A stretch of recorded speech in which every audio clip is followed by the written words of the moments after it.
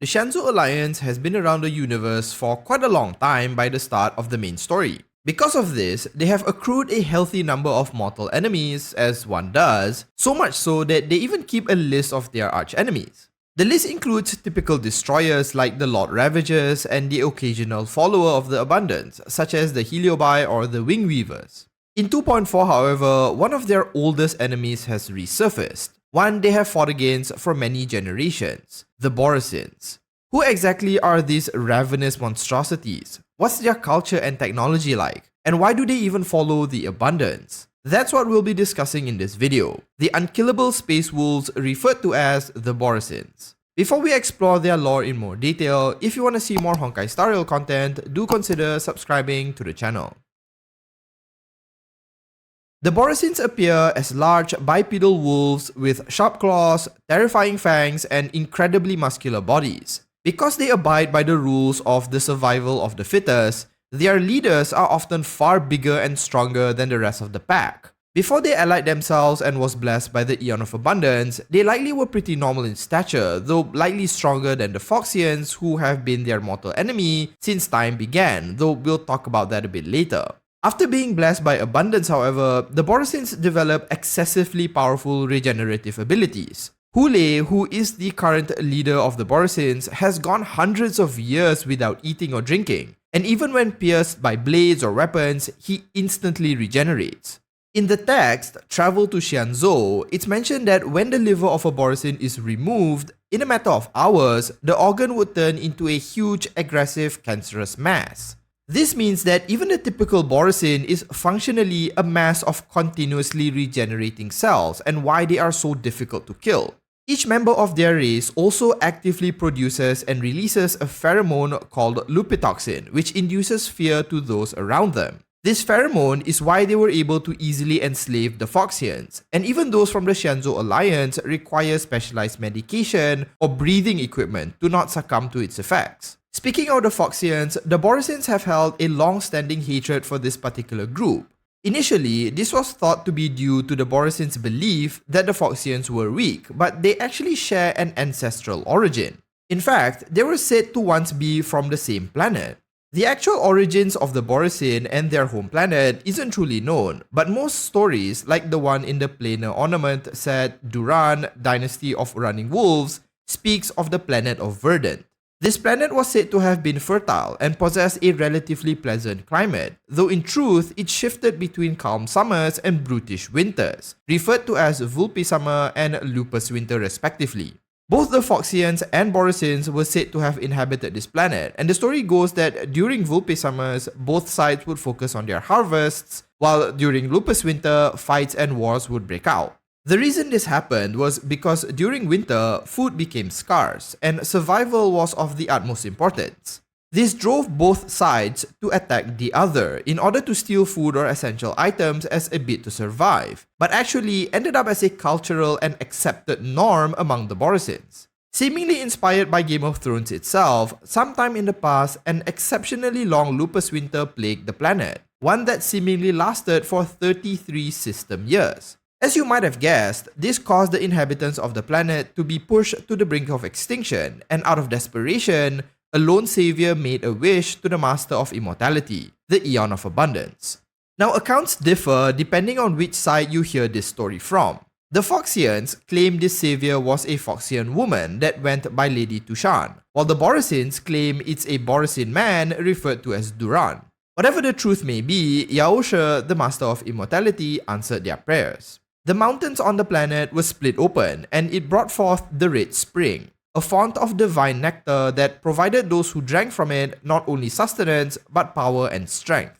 As with all abundant stories, however, being given such a blessing caused the population of the planet to explode, and with that came overpopulation and ecological instability. This problem caused the inhabitants of the planet to once more pray to the Aeon of Abundance, though this time their prayers were not answered. From then, the people understood a singular truth. What they wanted had already been granted to them, and if they wanted more, they had to get it for themselves. This is what sparked the expansion of both Phoxians and Borisins into the very stars, in search of not only survival, but purpose, as they looked upon the domain of the god that once blessed them as the next frontier.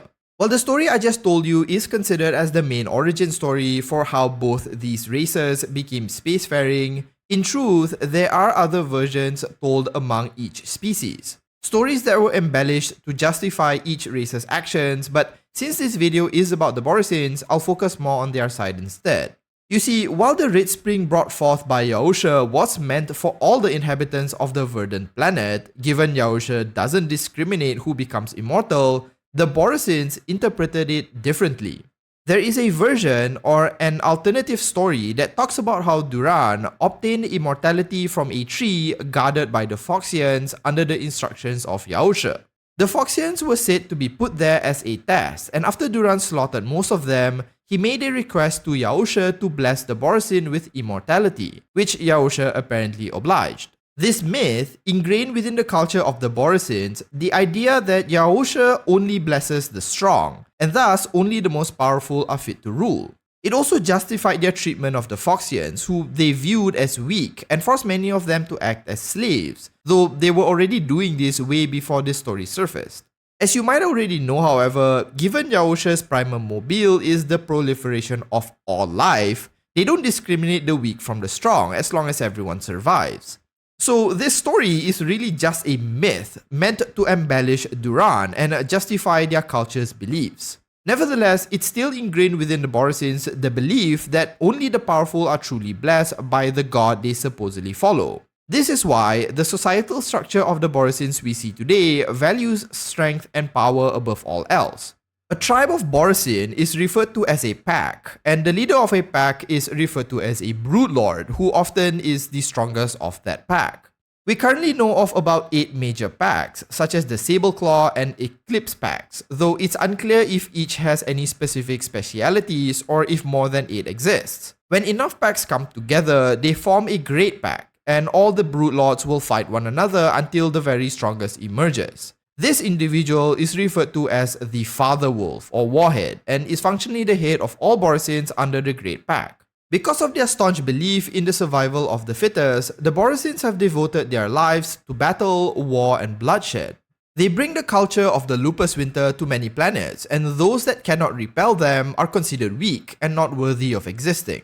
This is why when Hule was first captured and put on trial, it was actually confused as to why its actions were considered a crime. As far as Hule was concerned, he followed the immutable law of the universe that only the strongest may live in it. Their culture honestly reminds me of the orcs from Warhammer.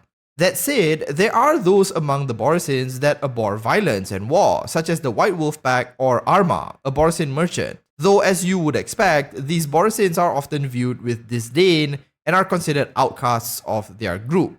This might is right based culture is largely why the Borisins despise the Foxians, as they view them as deceitful, manipulative, and weak.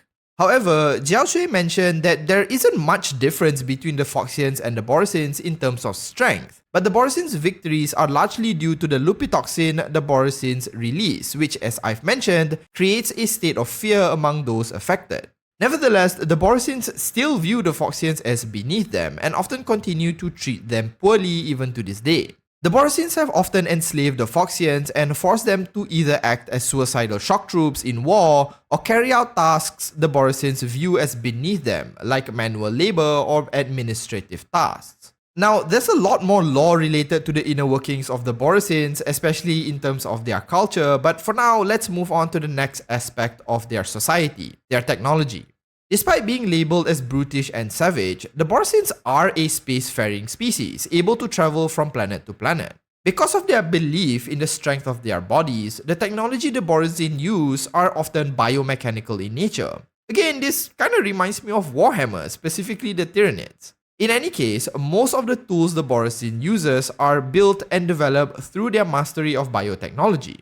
Some are even known to modify their own physiology in order to better improve themselves. What's really interesting is that the ships they use to travel the cosmos are biological in nature and can be fed, instructed to attack, and even reproduce. Even their clothes are made of embryonic flesh, and the food that they eat and grow are living creatures. In the 2.4 story, they seem to have also developed a pill that allows them to even assume the form of a Foxian or xianzhou native, with only those who have keen senses able to sense the deception. Basically, the borisins take their biology very seriously, and we can see that it's very much ingrained in their species from their culture to technology. The borisins despise civilizations who live in peace and likely consider them to be no longer biologically superior. If there is no conflict or challenge, how can one continue to evolve and better themselves? This mentality has pushed them to constantly fight and bring war to any and all planets that they can, seeing it as a service to others rather than just wanton destruction. They are one of the largest groups within the faction Denizens of Abundance and are likely a plague as dangerous, if not more so, than the Swarm. They are difficult to kill, you can't starve them, poison them, or let alone talk to them, and they only understand strength. When the borisins reach your planet in their bioships, there is only two choices. You either fight the unkillable space wolves or you flee. Either way, the destruction of your planet is all but confirmed.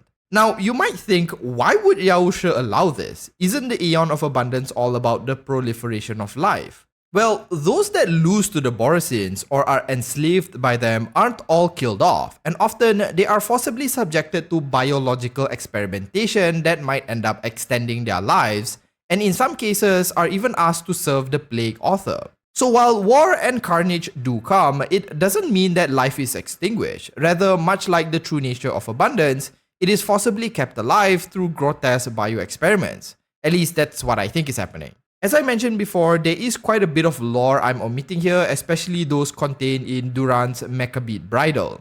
However, I think I've covered the main points sufficiently enough to give you a good understanding of who the borisins are and how dangerous this group is. If you thought ghosts and bugs were scary, try going up against a 12-foot wolf that can't die no matter what you do to it.